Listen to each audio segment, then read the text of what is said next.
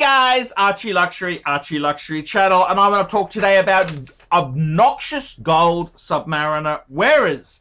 And this is in response to an email I got, which I've turned into a paid review for Neil. Neil says to me, "Dear Mr. Luxury, Archibald, AC3 fuckers, I am writing to you about something I came across today.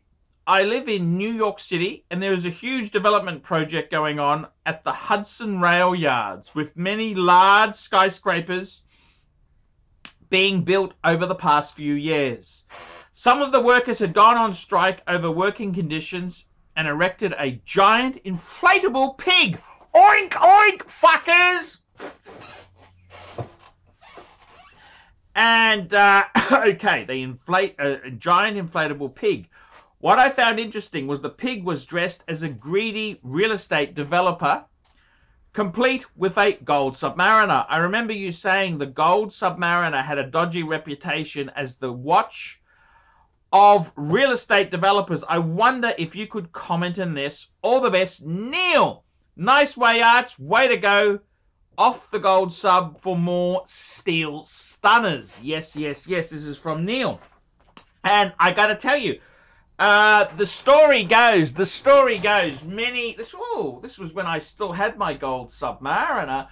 I remember I'd put it on the channel, just a bit of a prick teaser. I like to do a bit of a prick teaser, not so much to sell it, but just to see what sniveling fuckers out there like my stuff. And one person who came back to me was a property developer in Queensland. And his particular firm, the company, had gone broke, and all these small businesses lost millions and millions of dollars. And the developers quietly walk away. Not our problem, it's bad times, yada, yada, yada. And then he says to me, "Hey, I want to buy your gold sub." And I'm thinking to myself, fuck me dead, haven't you just gone into bankruptcy? And he had a he had a French accent, because I think he was French Canadian,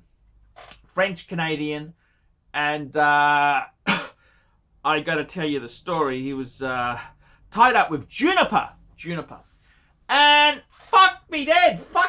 This guy here, he just knows absolutely no bounds. He just says to me, "Yeah, I'd like to buy your sub," and I'm thinking, fuck me dead, didn't Juniper just go, "Guts up, fuckers! Guts up, fuckers!" And I'm trying to be polite, because it could be a sale, and he's a real, with the, French Canadians. I mean, Canadians are bad enough, but fucking French Canadians, they're just cunts, absolute cunts.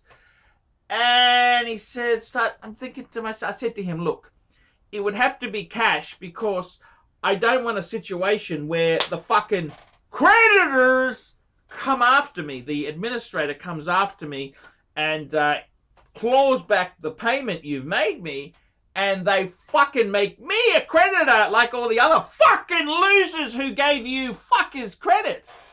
And I said it would have to be cash, untraceable mixed bank bills, thank you. And it's just a cunt, somebody, property development, okay, we do need property development. I'm not a communist, but fuck me dead. That's the sort of watch the gold Submariner attracted. Just real spivs. Real spivs. Spivs with ego and just fucking nasty shitters of people. I mean, life is not just all gloss and glamour. You want to be a reasonable person. You don't want to fucking be the cunt who 20 families lost their family home because you were a cunt. You just don't want to really be that one. And I've got to be completely frank with you and tell you that these property developers have no moral compass. So I don't really want a watch which appeals to fucking property developers. I want something that that was kind of the nail in the coffin. That was the reason why I got rid of my gold Submariner, because it's attractive to nasty fuckers. And I can tell you another story. I had this, you know, in YouTube, in the cess spot, I had this one guy came to me as a friend. This a number of years ago. We sort of became really friendly. And he's obnoxious. He used to do loan sharking. And he was very interested when I had the previous gold sub. It wasn't mine. I was selling it on behalf of a dealer friend. That was the gold sub with the 30 dial I had for a while. And I remember him saying, oh, tell your friend with the 30. I said to him, hey, it's not my gold sub. I'm merely brokering it. He said, tell your friend it's too high. And I said, look, the problem is you and him are both, how would I put this, self-employed businessmen who, you know, you're both not desperate for a quid. So the problem is you can't fuck each over. I mean, he wants a high price. He wanted a premium. And you want to pay absolutely nothing. Now, that ain't going to fucking work. I'm the meat in the sandwich who is just going to have to put up with these toes and fro's. And I don't want to do that. I don't want to do that. I explained this to him. And you know, he was another person who I don't really look up to. You know, if you look at what are these fuckers done besides bought a Bentley or a convertible Mercedes for themselves, what have they really done in life? They haven't really helped world peace.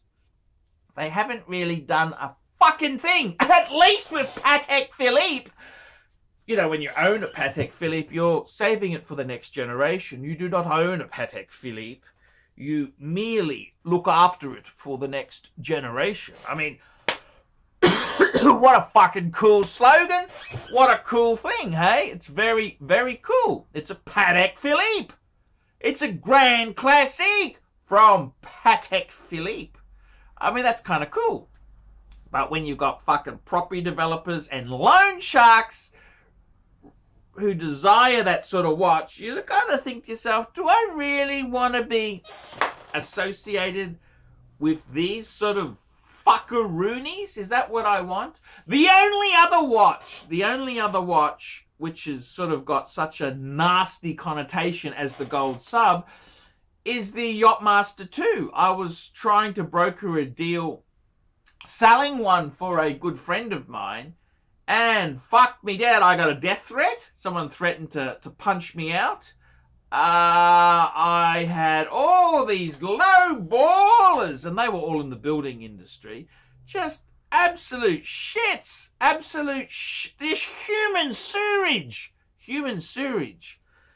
And I don't want to name the ethnic group they're from, but they were from a certain ethnic group. They were sort of builders. You know, self-made. They were self-made men in the building industry in Sydney.